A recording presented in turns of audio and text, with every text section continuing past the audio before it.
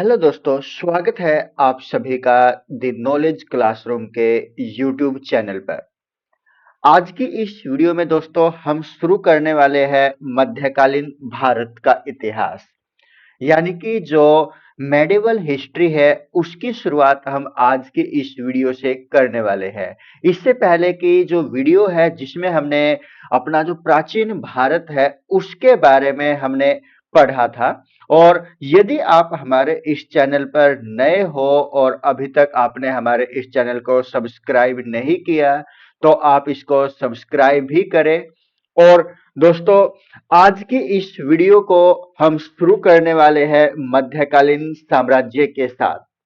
और जो आने वाला भारतीय इतिहास मध्यकाल से संबंधित रहेगा, जिसमें हम अपने इतिहास के जो वीडियो है उसमें हमारी कोशिश रहेगी कि कोई भी एग्जाम है उसके लिए वो महत्वपूर्ण रहे, क्योंकि एक प्रकार की जो रिवीजन है हम करना चाहते हैं, उस रिवीजन को ध्यान में रखते हुए हम इन वीडियो को तैयार करने लग रहे हैं, जो आपके सभी प्रकार के जो भी कॉम्पिटिटिव एग्जाम है उन सभी के लिए महत्वपूर्ण है। तो दोस्तों, आप इन वीडियो को आवश्यक देखिएगा और यदि आपको कोई भी कमी इन वीडियो के अंदर लगती है तो आप उसके बारे में भी हमें जरूर अवगत करवाएं, ताकि हम अपने इन कमियों को दूर कर सके, जिसका फायदा हमें भी मिले और आपको भी मिले। तो दोस्तों, चलिए शुरू करते हैं आज के इस वीडियो को, और जिसमें हम आज पढ़ने वाले हैं मुगल साम्राज्य के बारे में। मुगल साम्राज्य के बारे में हम आज के इस वीडियो में पढ़ने वाले हैं। तो चलिए शुरू करते हैं मुगल साम्राज्य के बारे में, जिसकी जो स्थापना है कब की गई। जिसकी जो मुगल साम्राज्य है इसकी स्थापना मुख्यतः 1526 ईस्वी में की गई थी। अब बात आती है, जब भी हम कोई भी साम्राज्य या कोई भी जो वंश हम पढ़ते हैं उसके संस्थापक को लेकर के, उसी प्रकार से जो मुगल साम्राज्य है इसकी जो स्थापना करने का जो श्रेय है, यानी कि इसके जो संस्थापक है वो किसको माना जाता है? वो माना जाता है बाबर को। बाबर को मुगल साम्राज्य का संस्थापक माना जाता है। अब जैसे कि हम जानते हैं कि जो पानीपत का युद्ध हुआ था, कौन सा युद्ध? पानीपत का युद्ध। पानीपत, जिसको बुनकरों का शहर भी कहा जाता है, पानीपत का प्रथम युद्ध जो हुआ था, जो एक महत्वपूर्ण युद्ध भी रहा है, वो किस किस के बीच में हुआ था? बाबर और इब्राहिम लोदी के बीच में हुआ था। किसके बीच में? बाबर और इब्राहिम लोदी के बीच में हुआ था। तो चलिए जानते हैं हम आज की इस वीडियो में मुख्यतः बाबर के बारे में। बाबर के बारे में, जिसको संस्थापक माना जाता है मुगल साम्राज्य का, जिसकी स्थापना ये कब करता है? 1526 में करता है। तो जो बाबर है, बाबर का जो पूरा नाम है वो क्या है? इसका जो पूरा नाम है जहीरुद्दीन जहीरुद्दीन मोहम्मद जहीरुद्दीन मोहम्मद बाबर, इसका पूरा नाम है। जहीरुद्दीन मोहम्मद बाबर, बाबर का पूरा नाम है। और ये कौन था? ये एक तुर्क तुर्क सुन्नी लुटेरा था। सुन्नी लुटेरा था ये एक। इसका जो जन्म है, बाबर का जो जन्म है वो कब हुआ? इसका जन्म हुआ था 1483 ईस्वी के अंदर, 1483 में, फरवरी के अंतर्गत। फरवरी 1483 में इसका जन्म हुआ था। अब बात आती है कि इसके पिता का नाम, जो जहीरुद्दीन मोहम्मद बाबर था, इसके पिता का नाम क्या है? इसके पिता का नाम है उमर शेख मिर्जा। उमर शेख मिर्जा इसके पिता का नाम है। बाबर के पिता का नाम क्या है? उमर शेख मिर्जा। अब जो ये उमर शेख मिर्जा थे, ये राजा थे। राजा थे कहाँ के? तुर्की के। तुर्की के ये राजा थे। और इसी को यहाँ पर जो स्थान था, यहाँ पर उस स्थान का नाम क्या है? फरगना। फरगना के यहाँ पर ये सरदार थे। और ये मुख्यतः जो तुर्की है या फरगना है, ये इसका जो बाबर है इसका जन्म स्थान भी रहा है। जन्म स्थान यानी कि बाबर का जो जन्म स्थान है वो कहाँ है? तुर्की है। क्योंकि इसमें हमने यहाँ पर देखा है कि जो बाबर है तुर्की सुन्नी लुटेरा यानी कि तुर्क का एक सुन्नी लुटेरा भी था ये। और इसके पिता का नाम क्या था? उमर शेख मिर्जा इसके पिता का नाम था। और जो ये उमर शेख मिर्जा थे ये सरदार थे, या हम या ये बोले कि ये एक राजा थे। कहाँ के? तुर्की के, तुर्की फरगना के ये राजा थे। अब जो ये उमर शेख मिर्जा थे, उमर शेख मिर्जा जो बाबर के पिता थे, उमर शेख मिर्जा, उमर शेख मिर्जा जो कि कौन थे? तैमूर लंग का पांचवा वंशज था। तैमूर लंग का पांचवा वंशज था ये, पांचवा वंशज। कौन सा? पांचवा। अब जो ये पांचवा वंशज था, लेकिन इसकी कड़ी के बारे में बात करें, ये एशिया का सबसे बड़ा लुटेरा भी था। जो ये वंशज था ये एशिया का दूसरा सबसे बड़ा लुटेरा, सबसे बड़ा लुटेरा। जो ये तैमूर लंग का पांचवा वंशज था, जो पांचवा वंशज था वो क्या था? एशिया का दूसरा सबसे बड़ा लुटेरा था। अब यदि हम बात करें जो ये तैमूर लंग है, तैमूर लंग ने क्या किया था? तैमूर लंग ने 1398 ईस्वी में दिल्ली पर, दिल्ली पर भी आक्रमण किया था। दिल्ली पर आक्रमण कब किया गया था तैमूर लंग के द्वारा? 1398 ईस्वी में दिल्ली पर आक्रमण किया गया था। अब यानी कि उमर शेख मिर्जा जो इसके पिता थे बाबर के। अब हम बात करते हैं इसकी माता के बारे में। जो इसकी माता है, बाबर की माता, जिसका नाम क्या है? कुतुब, कुतुब नाइगर बेग। कुतुब नाइगर बेग इसकी माता का नाम है। अब वो भी क्या है? वो भी 13वीं वंशज है, 13वीं वंशज है, 13वीं वंशज है मंगोलिया से, मंगोलिया। अब जो ये मंगोलिया है, मंगोलिया भी क्या है? जो चंगेज खान है, चंगेज खा, उससे संबंधित है ये। अब जो ये चंगेज खा था वो कौन था? वो एशिया का, जो एशिया है, एशिया का पहला लुटेरा, पहला लुटेरा कौन था? चंगेज खा था। कौन था? चंगेज खा एशिया का पहला लुटेरा, मंगोलिया से संबंधित है। और 13वीं वंशज कौन थी? कुतुब नाइगर बेग। कहां से संबंधित है? मंगोलिया से संबंधित है। अब जो चंगेज खान था या चंगेज खा था, 1221 में कहां पर आक्रमण किया था इसने? भारत पर आक्रमण किया। भारत पर आक्रमण चंगेज खान ने कब किया था? 1221 में किया था। और 1398 में किसने किया था? तैमूर लंग ने यहां पर आक्रमण किया था। तो यहां पर तो हमने उसके माता और उसके पिता के बारे में या उसके बारे में कुछ बाबर के बारे में जाना। अब जो बाबर है, बाबर जब अपने गद्दी के ऊपर बैठता है, बाबर जब अपने गद्दी के ऊपर यानी कि जब उसको शासन के लायक समझा जाता है, तो वो गद्दी पर कब बैठता है? उसके पिता की मृत्यु के बाद। उसकी जो पिता की मृत्यु है कब हो जाती है? 1494 ईस्वी में उसके पिता की मृत्यु हो जाती है।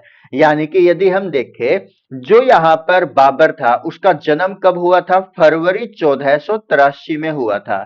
और यहाँ पर ये 94 के अंदर 1494 में ही यहाँ पर ये शासक बन जाता है। यानी कि कितने सालों के बाद? लगभग 11 सालों के बाद यहाँ पर ये क्या बन जाता है? 1494 में अपने पिता की गद्दी पर बैठता है। कितने वर्ष की आयु में?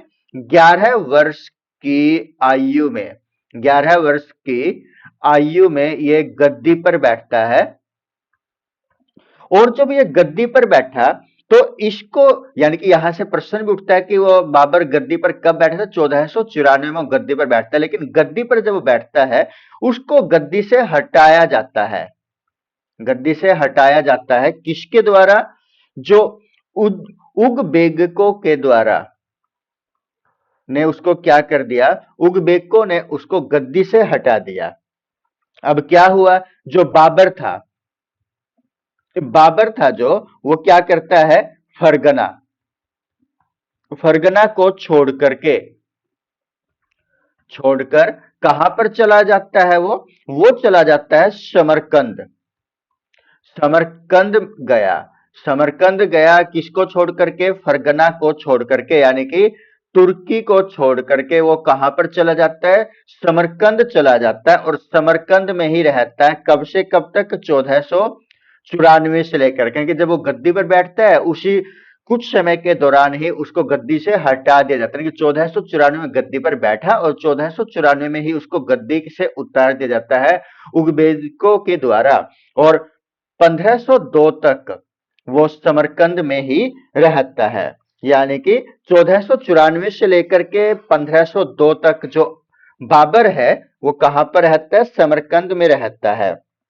अब क्या होता है कि 1502 के अंदर, 1502 में जो उज्बेक थे उसने क्या किया? उज्बेकों ने दोबारा फिर आक्रमण कर दिया। दोबारा आक्रमण कर दिया। कहां पर आक्रमण कर दिया?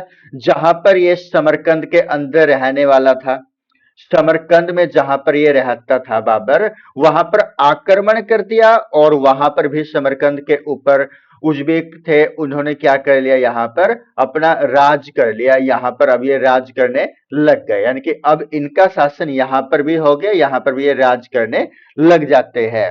अब जो 19 वर्ष की आयु में समरकंद से भी इनको क्या कर दिया गया था? हटा दिया गया था। उसके बाद हम आगे बढ़ते हैं और 1504 के अंदर बाबर की पहली जीत होती है। बाबर की पहली जीत, यानी कि अभी तक जो बाबर है वो लगातार हारता ही रहता है, क्योंकि उससे पहले जो समरकंद में था, जो यहां पर एक युद्ध हुआ था जिसको हम किस नाम से जानते हैं? सर ए पुल। सर ए पुल का युद्ध के नाम से जिसको जाना जाता है, जिसमें जो ये युद्ध हुआ था किस किस के बीच में हुआ था?